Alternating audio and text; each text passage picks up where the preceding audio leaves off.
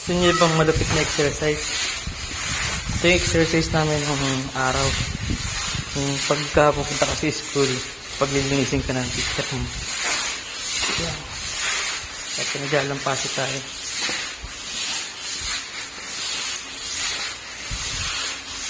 Matagal na akong graduate dito sa pag-aaral, pero first time ko ulit naka-experience nung pagpuplarawaksin ka.